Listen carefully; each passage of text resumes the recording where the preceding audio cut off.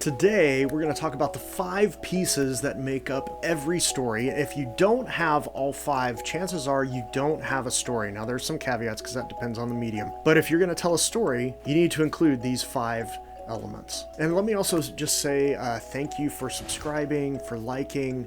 I really do appreciate comments, questions, all those things, because it's all about telling better stories.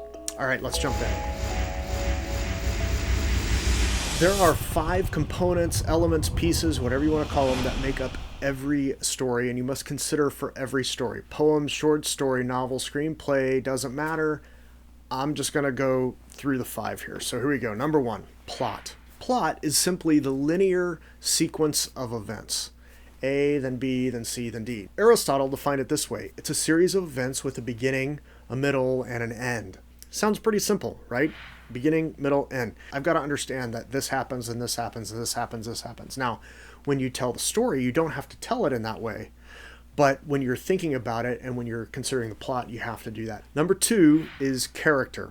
Character is simply who the story's about and who's involved. So there's a couple of pieces of that. Because you can have a story with just one character, can totally do that. Lots of one-act plays with one person. And if you talk about character as one of these 5 pieces, you are in some ways talking about the main character, but you're also talking about all the other characters. So if you're thinking about the main character and you think about what a story is as far as just defining story, someone who wants something badly is having trouble getting it and they get it or they don't. The someone who wants something badly, that's your character. That's your main character. Right? So if I just think about it like that, I can say, oh, okay, now I understand who my character is. But it's also about the other characters who are involved. And what's important to understand about character is the reason that audiences, whether they're reading, listening, watching, whatever they're doing to your story, whatever they're doing, they are tied emotionally to the characters. So you have to know who the characters are, because this is how the audience is connecting to your story. We don't connect to a world of the story. We don't connect to the events going on. We don't really connect to the plot. We're connected to the characters. We care about the characters. We want them to succeed, or we want them to fail, or we want the villain to overcome. Whatever it is, we are wanting something for the characters. So you have to know who your story is about, right? The someone who wants something badly is having trouble getting it. So we've got plot, we've got character, and conflict. Conflict is simply what drives the story. And it is ultimately what the main character struggles with in their quest to get the thing they want. So in our definition of story, someone who wants something badly and is having trouble getting it, that's the conflict. How are they having trouble getting it? Maybe it's interpersonal relationships. Right? Maybe it is some external thing like a typhoon or an earthquake or an asteroid coming or zombies or whatever it is, right? There's some other thing that's happening. And you can have big conflict and you can also have little conflict. Every scene, every moment should have conflict between characters. Maybe the characters having conflict within themselves. So you want to make sure that you are incorporating conflict. If you don't have conflict, you have no story. So if it's just somebody that's going from A to B to C and they go here and they get something and they go here and they get something and then they go here and they get something, there's no story. There's no conflict. Nobody cares because character, which was number 2, character is revealed by a character's struggle through something.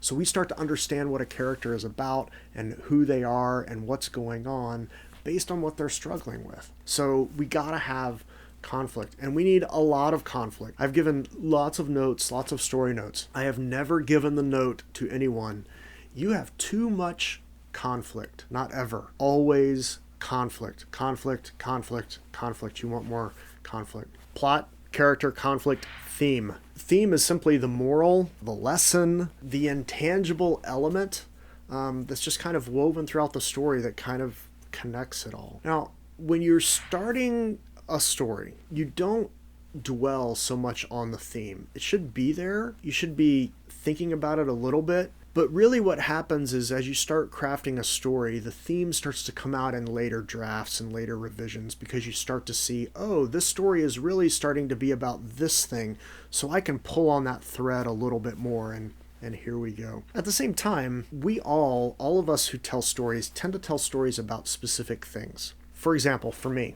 people ask me, so Jake, what do you like to tell stories about? For me, I really like redemptive stories.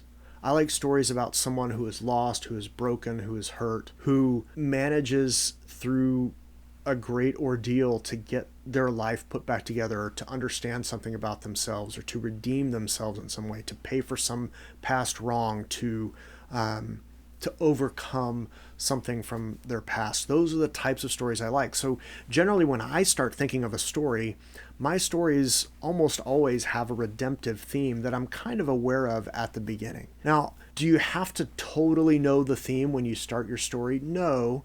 When you get done, though, if you don't have a theme, if you can't read it and somebody can't say like, oh, I think the theme is this, the moral is this, the lesson is this, and you don't have to be preachy about it, and you shouldn't be preachy about it. But if people can't identify that, you don't really have a story because there's no takeaway. There should be something to take away. It should be, even if it's just as basic as people need each other. Like we need one another, or we should forgive ourselves. It could be anything, okay? But you've got to have something that's there that helps tie your story together. So we have plot, character, conflict, theme. Last, setting. And you have to think about setting. Most people, when they think about setting, they think of a place, but it's not a place. It's not just a place. Setting is when and where. So most of the time when we say setting, we just think of where. I live in the greater Los Angeles area. So if I set a story in Los Angeles, you might be like, oh, okay, that's fine. Yeah, but if I set a story in Los Angeles in 2019, that's going to be very different from a story that's set in Los Angeles in 2020. You can't just say setting is about where. It's also about when. So you have to pay attention to the when and the where for the setting. The when matters. Okay, those are the 5. Plot, character, conflict, theme, setting. If you aren't thinking of those 5 things before you start writing, you need at least be aware of all of them. But if you're not thinking about all of those, if you can't identify all of those, you're in trouble. So when you start thinking about plot, if you don't have someone who wants something badly and is having trouble getting it, and they get it or they don't, you've got to know that before you start writing. You got to know who the someone is, what some of the conflict is, what's the moral, what's the takeaway, what's the setting. I have to know all of those things before I start. And if I don't know all those things, I'm going down a really dark road. Hopefully this has been helpful to you. If it has, please like, subscribe, hit the bell, all those things. Really do appreciate it. Leave comments, questions below, all that. Otherwise, happy writing. If you're going to take the time to tell a story that matters. See you later.